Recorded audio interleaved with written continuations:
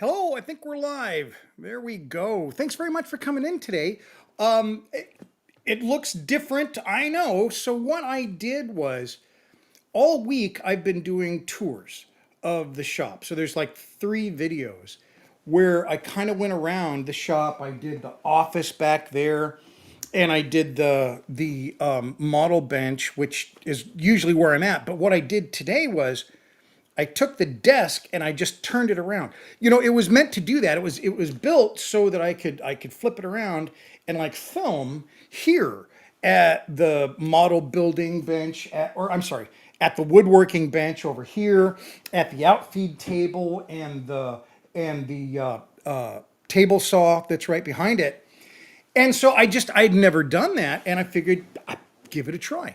So let's see. I got some comments in here. Steven's here. Hello, Steven. Thanks very much for coming in. And I don't really have a heck of a program today. I really just wanted to kind of talk about, some changes. I talked last week about Patreon shutting down. I also, because I did these tours this week, I did a bunch of editing. So I have 2 new videos in the members area of my YouTube channel. I'm working on the 3rd video, and I think this afternoon, evening, I'll probably get that done. So there'll be 3 more videos, and then we have another video that is going to post tomorrow. So by tonight, hopefully, I'll have 4 videos in the members area, and then for the next 4 weeks, they'll be dropping. So the nice thing is I've been consistent lately in getting these out, and that is of great help because of how I'm doing my videos now. I think I'm doing a little bit different. At this point, I'm trying to do more training and interactive videos. I've had a lot of fun comments, so we're going to look at some comments today. But a lot of fun comments and questions and stuff about the shop, about the training that I do, the coaching, and about some live events that I'm going to have come up where it's a workshop. So it's just not sitting here looking.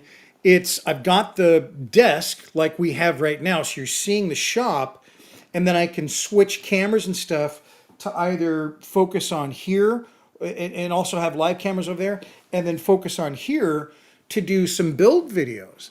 I'm going to be starting to show how to do some building of like some displays. I've got a couple of displays that I need to build here coming up. And also how to build the mini wood workbench. So just like, and I can kind of do this, so hopefully it doesn't mess up stuff too bad. This is my workbench, and I've got a miniature of it that is very similar. It's just small, and I've had a lot of people, like 5 or 6 people, well, more than that comment, but 5 or 6 people have said they're interested in me running a class, and I take them through the build. And we literally build it during the class. And so that's what I'm working on and putting together. And I think it'll be a lot of fun. And you're going to see a lot more of the shop that way. This does not mean I'm moving away from dioramas. This is hopefully reinforcing dioramas so that people that have wanted to go from maybe just a plastic model to a base, and then from a base, they want to go to a little bit more complex diorama. And then from that diorama, maybe they want to make a really nice base. They want to make a cabinet. So I want to start, involving that kind of stuff. I did it naturally because I was a woodworker. I mean, I was a model builder first. I started building models when I was a little kid with my brother, okay? But as I got older, I really got into woodworking. So for like 30 years, my full-on thing was woodworking, and this shop is a result of that. I got a little older, I'm 60, and I think for when you get a little bit older, you got to kind of temper stuff. When I was doing some of these big projects out of wood, moving that stuff around is an issue. It's heavy. Wood can be heavy. So I just don't do it as much, but it is such an integral part of the kind of dioramas I like to build, because I like to do either display or a piece of furniture around or included in the diorama, that is something that I really want to get out there, because I think that as maybe some folks get a little bit older and they've been woodworkers, I believe there's a direct correlation with model and diorama building and woodworking. And I'd like to try to be proof of that, because I think in woodworking, you're following plans many times. I wasn't that kind of a builder, but you can. And I had. It just wasn't my natural way of building. My natural way of building is very organic. I get an idea in my head and I start building. And then I fumble through it, and I make tons of mistakes, but then I fix those mistakes. And I think that one of the things that makes a good model builder, diorama builder, or woodworker, any kind of a craftsperson, is getting good at working with what you have, making mistakes, and repairing them. You know, when people would ask me about my woodworking, what's a key thing to that? I always kind of came back and said, well, I think that I learned how to fix mistakes really well. And that's very honest. It's not trying to be funny or nothing like that. It's very honest. Fixing my mistakes was a constant ordeal because I didn't have any training. So I would do something like, oh, darn it, that's wrong. Well, fixing mistakes is a skill in and of itself. And fixing mistakes on your diorama or your model, that came from my training myself to say, look, I don't have any training, so I need to be able to be flexible and not get all bent out of shape and not, throw stuff out because I made a mistake and start over. Though I have done that, it really became a point of learning how to take a situation that ended poorly and turn it around. That whole lemonade out of lemons kind of adage. I really believe in that. And I think it's an important thing for you to learn as a craft person, not a model builder, not a woodworker, not a diorama builder, but anybody that does something with their hands and materials. I guess even in software, sure. But in software, there's a little less impact. In a piece of software, you can back out of it. I don't know if anybody saw this last night, but Rob Riv's Insanity broadcast, they're just fantastic. And they had a gentleman on there, John, and Constantine. I'm saying that because of the movie. I don't think that was his name, but and I'm sorry, but take a look at that. He was fantastic. He was doing CAD. And I did CAD for years. For 23 years, I worked for a CAD CAM company, a software company. And so I worked in sales, so I didn't know the CAD as well as some of the other people. But I did have to know our software, and I saw a lot of parts and a lot of CAD and a lot of, 3D stuff, all that. And I think, when you're dealing with CAD and when you're dealing with something and you're building a 3D model and stuff like that, if you mess something up, you've lost time. When you mess something up in cutting a piece of wood, you've lost time and money. Because wood, if I cut this too short, I can't stretch it. I can't, elongate a point to point, in doing CAD. So there's a lot more to woodworking than just, hey, I think I'd like to make something. I'll buy some plans, I'll get some tools, and I'll start doing it. There's a whole lot more to it. And so I think bringing that to the channel so that you do have other things that accompany your diorama building so you can really present them so it's the best thing that anybody's seen on a table, because that's my goal. I want you to be able to build the diorama, number one, put a story in it so it tells a story, so it's engaging, and it looks good on the table at the show or at the exhibition, and then it's got a stand that kind of finishes it out and makes it this thing that's just kind of well above just, a tank on a plank. It's funny to say that because it's a little rhyme, but that idea of putting something that you've worked months on, a beautiful tank, an M1, an Apache, an F-22, whatever, you've worked on this for months.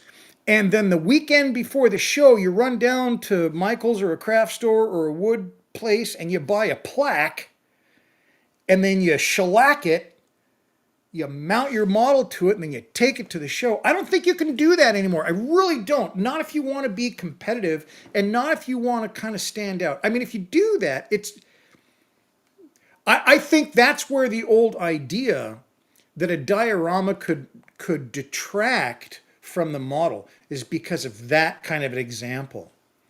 I've come away from local shows. I've never been to a national show, but I've come away from local shows. And I'm in the Seattle area. We have got some phenomenal builders here. I can't. I don't know how to express that any more than you just got to believe me. I pale in comparison, and I'm not trying to get something out of that. Say, oh no, no. This is really, I have been able to put my models on the table next to people, and I'm like, wow, I'm not even close, and that's a fact. But when you're able to see what you can do, and then you examine what things you're better at, then you can be on par with those folks. And that's kind of what I did. I'm not a fantastic painter. I think I'm pretty good at building terrain. I'm pretty good at building dioramas and putting a story in it. So that's what I did with my skill sets. I took my not limitations, but look, I can just do so well on figures so far. I'm learning and I'm improving, but I can do just so good on figures. I can do just so good on aircraft. I can do just so good on this. But I can make that model an element of a diorama. And so that diorama in total becomes something that's very engaging for people to look at. I'm not saying it's a trick or I'm blowing smoke. But I'm just saying, I'm trying to use my skills that I've developed over the years to try to present the best thing that I possibly can. And that for me is a diorama, and hopefully in a nice wooden case and stuff. So that's just kind of what I've been doing. So that is something that is changing. I'm going to do a little bit more woodwork. It's all going to relate to diorama building and displays and making your diorama better or your model even better, whatever. And I'm just really happy to be able to do that. This came on because I have been doing some of that work lately in my coaching classes. And, the person I work with, Bob, says, look, I'd really like to, well, he didn't actually suggest the frame, I don't think. But after I built a frame for it, he said, what I'd like to do is have some acrylic around it. So I made a special frame for him that has this little place for acrylic to put around his diorama with the thing. And it's just little things like that. I say the thing, I mean the frame around the diorama. It's just little things like that if you're just building your first one, or if you've made one and you're not sure how to improve it or whatever, it's those kind of things that I really want to share because I've done it a heck of a lot. Okay, so today, like I said, it's going to be really short. I'm gonna go over some questions and try to just. I don't even have any slides today. I have been just filming lives all week and editing, and that's where, like I said before, those videos are coming from. So those are going to be dropping tomorrow and stuff like that, starting to drop tomorrow. But I do have a lot of live videos that I published this week that were tours of the shop. And so I got a lot of feedback and I just want to talk a little bit about that. So I've got some questions over here and I'm going to go through them real quick. And I haven't really pulled them out, but it's the ones that are more about certain topics in the last 3 live videos I put out this week that I thought might be interesting. So I'm sorry, just give me a moment. I'm trying to figure them out. I had them here, but because I'm here, I don't have my other monitor. So I'm doing this on this little tiny monitor over here. One of the big questions was I'd love to see more World War One, and more World War One meaning more World War One dioramas, more videos on World War One dioramas, and so I want to talk about a couple of dioramas I've done recently. The last one that I finished was a D&D diorama for a D&D game. The one prior to that was a World War One diorama. It's called Fire Beneath the Somme, and it's in the office, and I showed it this week. I did a little bit more of a tour than I'd done before, and that spurred this question. Boy, I'd love to see more World War One. I love World War One topics. It's something that I got into late because in history, which was one of my better subjects in school, I really enjoyed that. I really enjoyed history, but I was a terrible student, so I didn't really learn what I really needed to. So much later in life, I got into World War One. I started watching stuff, and I started finding these stories. I started to see what those men did in World War One and the sacrifices they made and the futility of it and all the political ramifications about it and the leadership that the British and many of the Europeans, not just the British, but many of the European still at that time, you know, these were just kind of coming into these politically oriented states. They had been for many years, you know, kingdoms. They had been ruled by a singular person or a singular idea or a singular family. And so it was a very, very different thing. So you had these commanders in World War One that didn't know anything about war. Fact, did not know anything about war, making decisions with men's lives. Absolutely remarkable. There were people that were competent in war, and that's why it was so bloody. So you had these battling factions in World War One. That led to a lot of historical, oh my gosh, I never heard of such a thing. You know, those kind of stories when you start reading and start getting interested in these things. This is kind of the subject that I've tried to touch on in my two World War One dioramas, the World War One British bunker, and then of course Battle Beneath the Somme. So what's going to happen here coming up to show more of that World War One, like the request that I had, and that was from Granola 661. Thank you, Granola 661. And so what I'm going to do is produce a much better video of that because it does span two dioramas. I've got two dioramas that starts a mission and finishes a mission. They're also 5 years apart. So that might be interesting, but it's a real neat thing. I've shown a little bit of it before, but I've never produced a nice long form video that really goes into the story and how it progresses. And for many years I've talked about this. I build my dioramas like a movie set. I try to think of it in those terms because I would imagine it as a set, as a fictional story that somebody would put in a screenplay about an event. So I don't try to recreate in my dioramas a historical event necessarily. I take historical fact and then build an event around that fact that could or maybe happened, but most likely not because it's a little bit more fantasy. Grew up watching, you know, Ian Fleming and Robert or was it Robert Broccoli, Robert R. Broccoli, that did all the James Bond movies. And while some of that stuff was, you know, taken, real, it was again something that was embellished by Fleming. You know, Ian Fleming embellished things to make it, you know, seem more than real. When, in fact, the reality was sometimes even more shocking than what Ian Fleming would write. But because it was Hollywood and butt into a movie, the sensationalism, I think, is there. Well, I kind of did that with my dioramas because I like that. I get a lot of ideas from movies and things like that. Love movies growing up. Love movies today. I don't necessarily love the movies of today, but I love watching older movies today because I don't watch, and that's not a political statement. It's just that I honestly do not enjoy watching the vast majority of movies that are being produced today. It's just not my thing. I'm not enjoying them. So I watch a lot of the classics, and I go back and I watch a lot of the black and whites.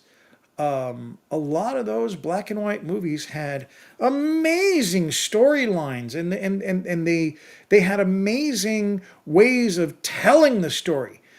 And if you're interested in dioramas and you're interested in trying to get engagement and get people to really look at what you're trying to say in your diorama, I would encourage you to go back there and look as well. I think that there's a lot of things that can be learned if you look at it with that informed eye. And what I mean by that is you're looking for, where's the camera? Where's the light? You see the shadows, you see the highlight, so where's the light at? Okay? Where is the camera at to get the shot that they're getting? A lot of the noir movies, a lot of the older movies, they didn't have CGI. They didn't have practical effects even. You know, they had cardboard and stuff. I'm talking black and white, way back there.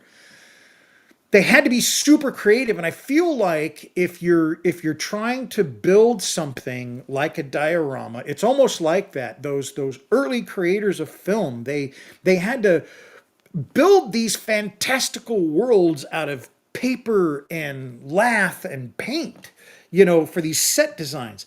I'm kind of doing that in the diorama. And I think of it in that way. So with everything done that way, and the shadows and the lights and the perspectives and the length and all of those things that I consider when I'm building a diorama, it's a natural to kind of shoot the diorama in a storytelling way, in a movie way. So that's the plan. And this is funny, and I'm not trying to name drop, but Martin Drayton, amazing diorama builder. We connected many years ago online and stuff, and I've recently been able to do a couple of panels with him where we're both online and stuff. And so it's a real big thrill for me because I just love Martin's work and the way that Martin works on dioramas and thinks about them and stuff like that. But I had actually talked to him about this idea, I think it's now 5 years ago, because I first had the idea of shooting a movie like, well, it's just short story stuff, but shoot it like a movie, you know, with camera moves and all that kind of stuff, but stills because it's a diorama, for my first World War I diorama. Now that I have the second World War I diorama, there's so much more story to tell. That's what I'm working on. Sorry, I keep droning on about this. Hey, Bob is here. Hello. Hey, nothing hanging off you. Thanks very much, Bob. I really appreciate it. Let's see. You're much worse than sunflower seeds. And then here, extremely addictive. Oops, sorry. Extremely addictive. I love history, and you have an incredible mind for facts. So pleasant to tap into your tutorial of history. Thanks very much, Bob. Now, cautionary tale.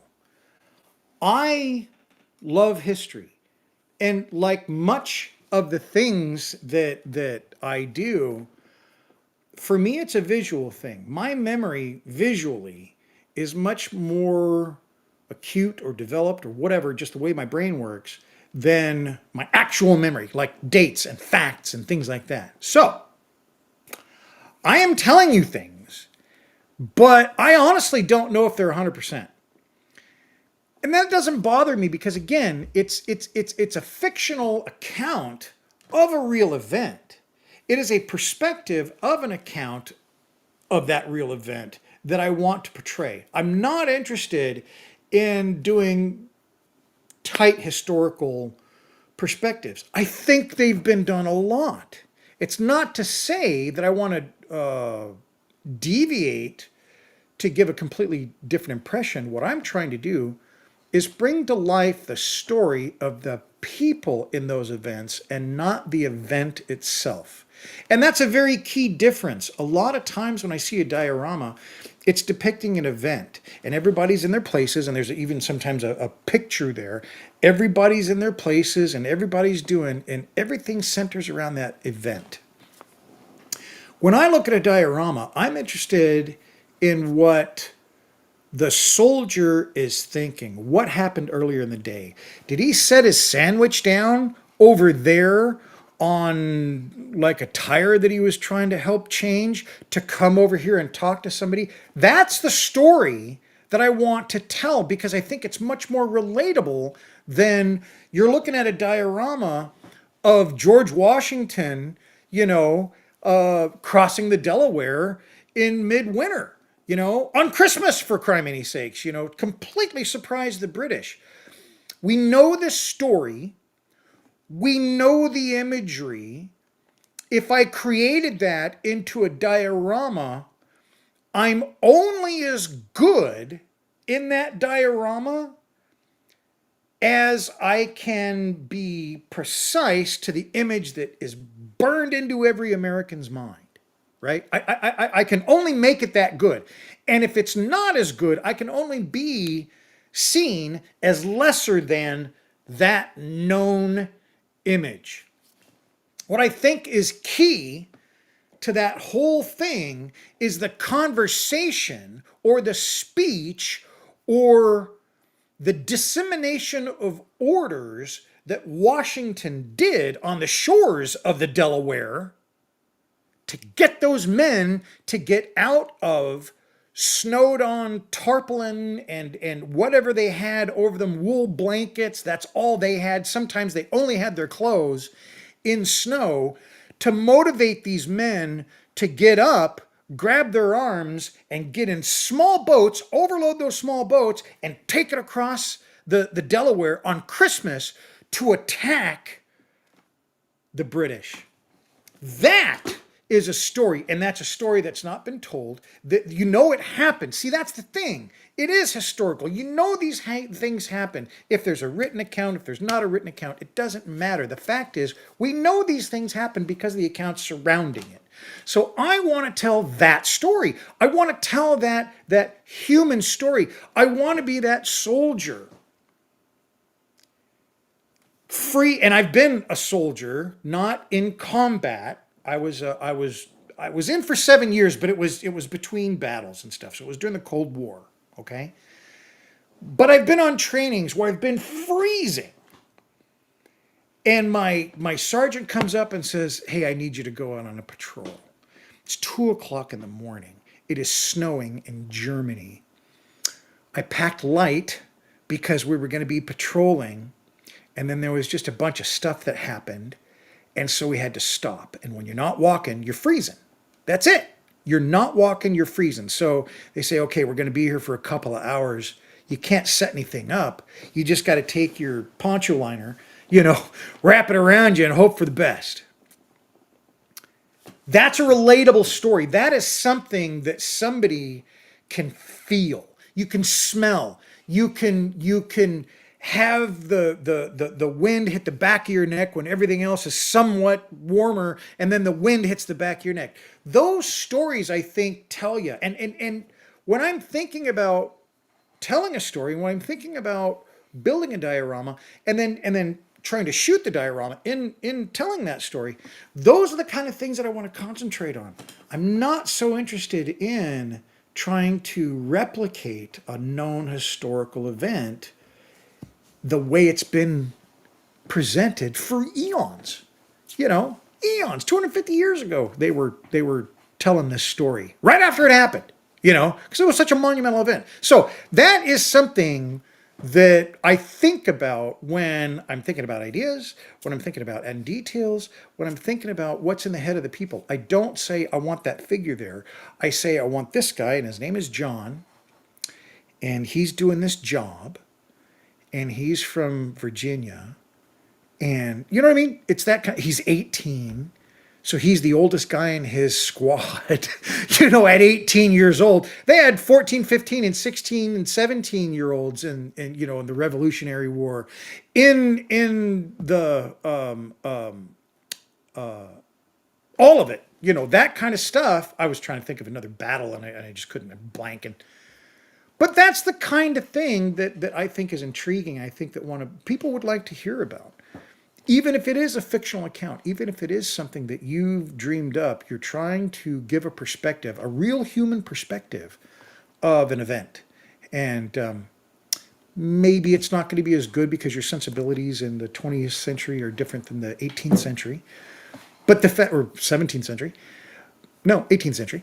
But it is a perspective that's human, and that's why I think it's relatable and worth telling. You know, your impression on something is a very, very valuable thing. Your history is a very, very valuable thing. The things that you have experienced in your life are an exceedingly valuable thing, because there are people that in the future may not be able to experience what you have experienced. And this is continuous. This is not, we're not unique. This happens to everybody. And that's, you know, how things go. But the fact is if we can preserve some of it, even if it's your impression of an event, that's a preservation of your thoughts and your ideas about a certain subject or something like that. So yeah, I can just go on and on and on about the whys and the dioramas and stuff, but I imagine it's pretty boring to listen to. So let's get a couple more questions here. Like I said, this is kind of a weird one today because everything's been live all week. I did a live one an hour ago for that.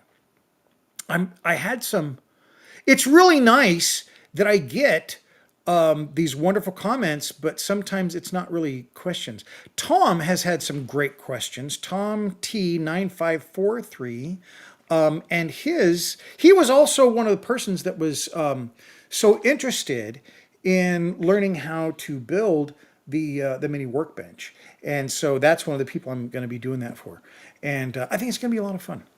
The Office. I got a lot of great comments on The Office. Man, I had some good questions here. Gosh darn. Oh, here's a good one. I have some rocks in the Office. And Mark Nelson, great guy, Mark Nelson. I've known Mark now for maybe a year. He's been commenting and stuff like that, and it's really fun. And we've shared some stuff. It's really neat. But Mark says, you know, you've got some rocks in there. What's the story behind those? Are they from Battlefield and stuff like that? No, they're not. They're. I was into geology when I was a kid, of all things. I just always liked rocks, and so when I traveled and things like that, I would see certain rocks all over the place. And I would just grab it, you know. Some are fossils, but some are just geological formations, you know, and things like that. I do have one that is very special, and I know I hate leaving the screen, but you're going to see me. I'm going to go grab it because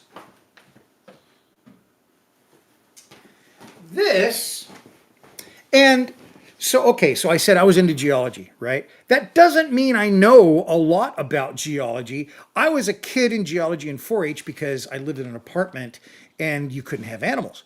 And so somebody started a geology 4-H group. And so we joined that. And so we would go to museums and we would go to field trips, and it was really, really fun. As is always in my my learning career, if it was visual, I got it. If it was something I had to study, I didn't. You know, didn't work, but I don't know. So what this rock is something that I picked up in Turkey, the country Turkey, in 1984. You know, we were a lot friendlier with Turkey at that time, and I was in the 82nd Airborne, and we went over to Turkey in 84, and we walked in the desert and did maneuvers and stuff like that for 9 days. My friends that are on here, Ray, I don't know if Ray's here. Ray was there. And we walked in the desert for 9 days.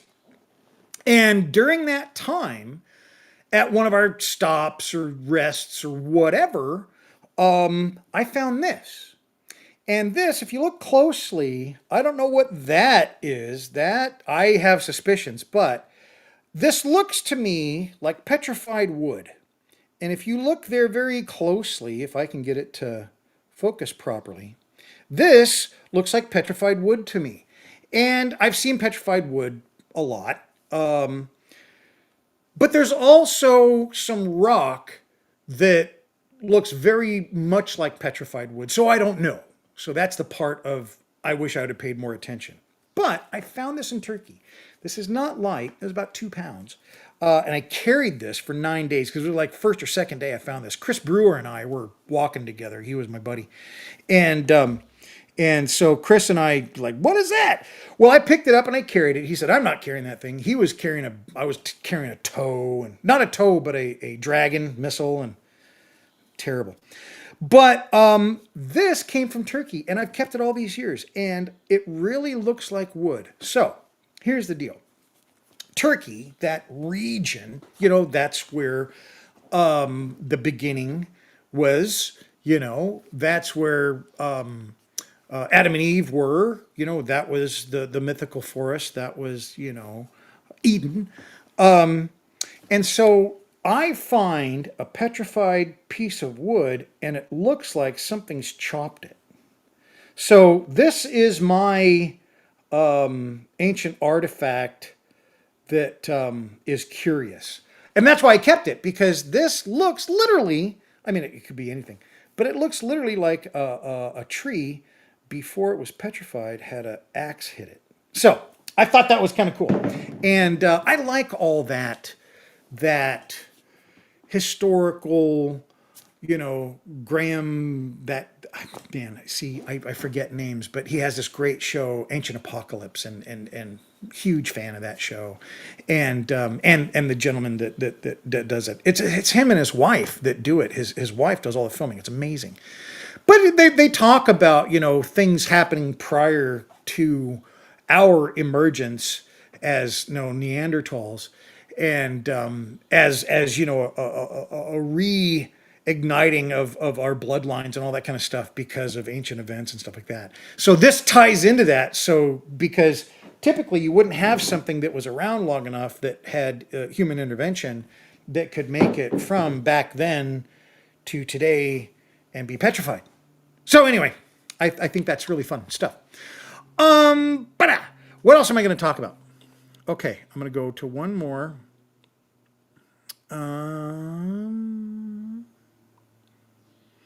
I've done some fun. Oh, I had a really fun comment about one of my videos, and it was about some of the monster videos, or not monster videos, but the monster models back in the 60s and 70s, and these were from Aurora. And so I just had a really fun comment about that this week, and two actually from Dale Petrish. And he built them as a kid. So that was really fun. He says, great job. I've done this fun kit twice, going to build it again. Thanks for some good ideas. That really right there is a wonderful thing. I get these wonderful comments from Bob, and I get these wonderful comments from Scott, and I get all these wonderful comments all day from folks, and Stephen, But it's those kind of comments that really make it fun, because that person saw something that they remembered, and now they want to go ahead and experience again. Now, maybe he was already on to doing that. That's fine. But I sometimes like to think that I can help someone rediscover something and then take that and go forward with it. That's a really positive thing for me. That's a really positive idea that I was able to get somebody to try something that maybe they had held off on, or they didn't want to get back into, or they weren't sure. There was just those feet dragging moments, which I have all the time. And to be able to get beyond that, I think, is a wonderful thing. Okay, so that was really cool. So he is going to be doing, it's the model is the Forgotten Prisoner of Castelmar, or Mare. I don't know, it's spelled weird. But I did that diorama a little bit for my best friend Tom, and it was a lot of fun. Okay, the cabinet looks enticing. I'm not, that's from Tom, talking about the cabinet, the small cabinet. I'm sorry, he says, yes, the cabinet looks enticing too. I'm not suggesting you turn from your channel into a woodworking channel, enough of those already, but rather giving a glimpse of how a modeler could craft a small, tiny workbench that could be useful in their modeling exploits. There you go. That's part of the idea of me wanting to go into doing a little bit more woodworking. It's also one of the things that I'm super passionate about. I think you can tell that when I talk about woodworking. And so I think that would be a lot of fun. I think we're getting to the end of them here. How big is your shop? That's a great question. It is 20 by 32. So it's 20 feet wide, 32 feet long this way. That is the south side of it. That's one of the long sides. So I actually, because the house is south of this, I'm north of the house. The house gives me a heck of a lot of shade. So in hot weather like we've had this last week, I benefit from the shade of the house. But in cold weather, there's no advantage whatsoever. But it's insulated very well. We had it built by a home builder locally. As a woodworker, I always thought I would build my own shop. And it was one of those things where I said, we can do it. Just let's buy wood and I'll start. I am so glad that Mrs. Modelcraft had the wherewithal to say, nope, let's have somebody build it. During the process of the build, and I have the whole thing on video, and I've put some videos up and stuff like that, but during the process of the build, there were so many things that I would never have done, and they weren't things that they teach. They weren't things that are there. It's those little experiences that a seasoned contractor, a seasoned framer, a seasoned roofer, a seasoned cement person, they just know. They've learned it by experience. It's not on the test, if you will. It's not on the certification. It is experience. It's that kind of thing that I really like. So even though I'm a woodworker, I realize there are things that are just beyond my understanding now. Now, once they were done, picked it right up, and I'm like, yeah, I can do that now that I know. I'm doing this leading up to the fact that I also do that with my diorama building, because like Bob is on here. He was earlier. Just like Bob is a seasoned modeler. Really good models. I looked at his stuff. He showed me. I'm like, wow, you want me to help? But what he hadn't really broached into at that time were dioramas. Really great models, really some really nice IDF stuff, and he does scratch building too, so it's not like he's just putting together kits. He's really delved into it and really has a good handle on his building. But what he really wanted to do was to kind of get this little bump of learning diorama building from somebody that has been doing it consistently for a long time and has a lot of background and understanding of it. And that was me. I was fortunate that was me. And so we started on this journey a couple of months ago of me coaching, and it's remarkable. I am still waiting because we're trading pictures back and forth and stuff like that. And I think we're going to hopefully get together this weekend. But I want to show you what Bob has done. On his own, certainly, because the stuff that he's done on his own is wonderful. But now also working with me, how he's been able to progress to the other stuff that he wanted to do, but he just didn't know how to get started. And I think that's really what has happened over the last couple months, and my videos, because my videos are starting to get a lot more likes. I'm starting to get more members. I'm starting to get more folks watching for longer. And it's because I've had direct feedback from Bob, so that when I'm building a video or I'm talking about a subject, Bob can say, I really am interested in that. And it may have been something that I had skipped over. It was the same kind of thing when I was watching them build this shop. I knew, how to do a soffit. And that's the overhang on the outside of your roof. I knew how to do a soffit. But our builder, our contractor, took T111 and put in the soffit and closed it up and made this beautiful underside soffit on the overhang, so you're not just looking at beams or nothing like that. And it's vented, so it gets proper air, into the attic. Never would have seen it. It wasn't in any book that I saw on framing, on roofing, on siding, on home construction, on nada. Wasn't there. That gentleman did it. It's the same kind of thing that I think about when I'm talking about a diorama. I'm talking to Bob about doing something, and I'm not saying you go from here to here to here to here, What I'm saying is, okay, we start at the beginning, but he's got most of that, and then I'll say something at about midpoint. He's like, oh, wow, I hadn't heard about that, or I didn't know about that. Those are the little things that I try to give to people. It's that experiential knowledge that I have from doing the dioramas that I think works so well in these coaching classes. He's an experienced model builder. He wants to have a really, really nice base for his models. I'm really into building model bases. And so, yeah, it was a really good fit. So when you do finally see these pictures, and I've shown a couple of them here in the past, when you do see them, you're going to know that this was a very experienced model builder, and then I was able to come in and give him a few points, and this is what he was able to do with it. So, yeah, really, really fun experience, and I think it's making me better. I was trying to say that earlier, but you know how I go, pew. That's really made me, I think, make better videos, more attentive to each and every step. And like I say, that is shown in how my views are going for those videos. So a new one will be coming out tomorrow. If you're a member, there are 4 in there that you can watch ahead of everybody else. But you can also go back and watch some of those old videos, because there's a lot of old videos that I've kind of taken off the channel, but I made available for members only. So that's just something it's important you do on YouTube, because when the algorithm looks at your channel, if you have a bunch of different stuff, it doesn't know how to categorize your stuff and match it to people's requests.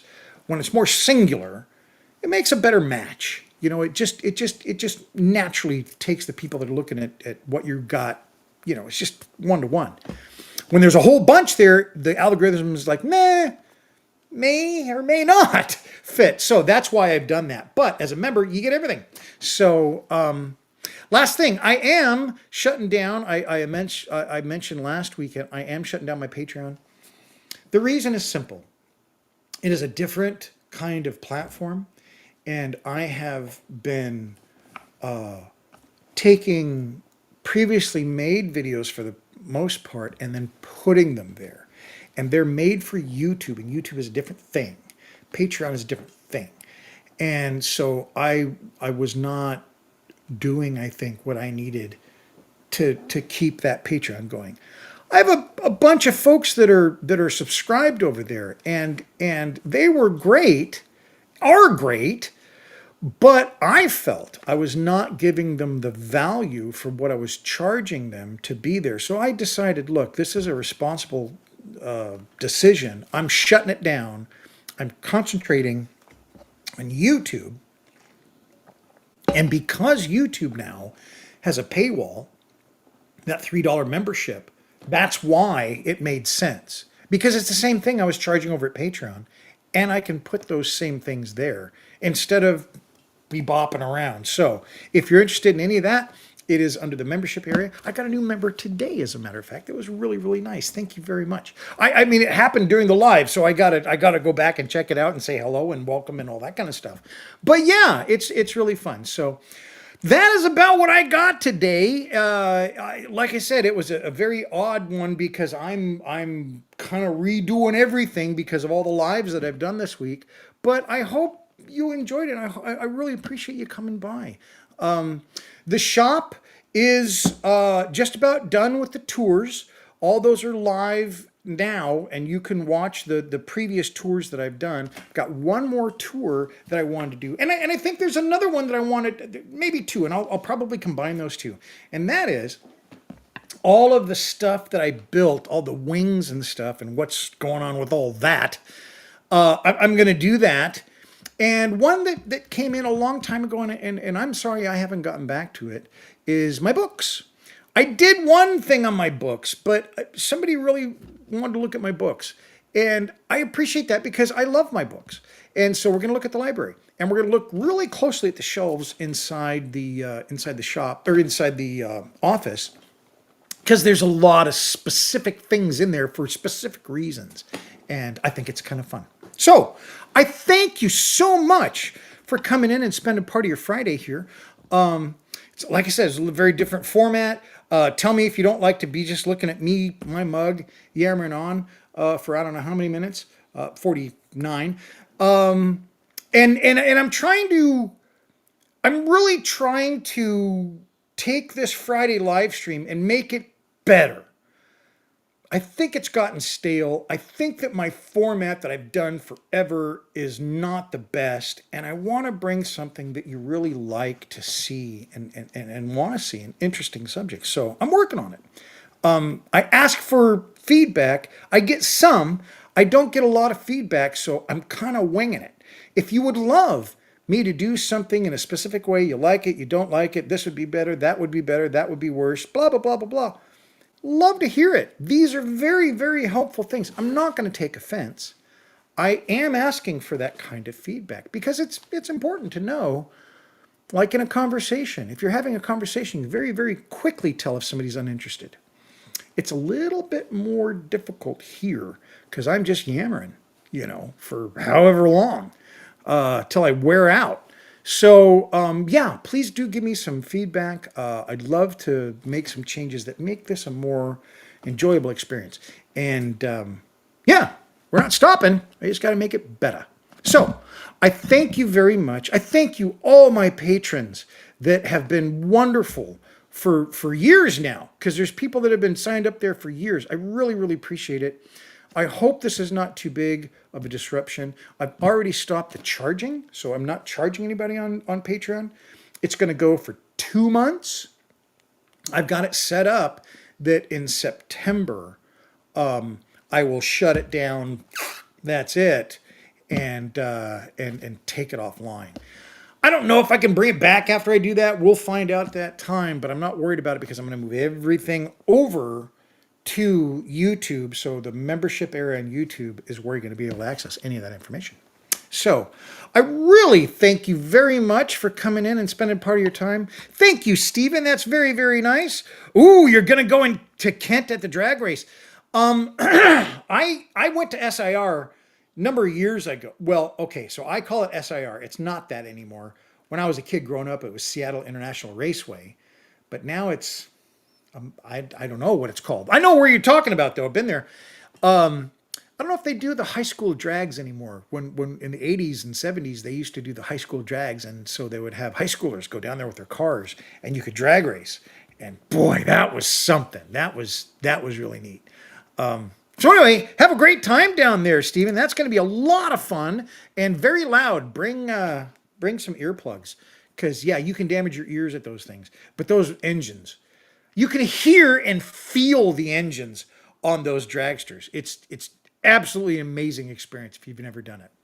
Again, thank you so much, everybody. I really appreciate you coming in on a beautiful Friday in the Pacific Northwest. I hope you get a chance to get outside. If you're having rough weather, I hope you stay inside and get some modeling done.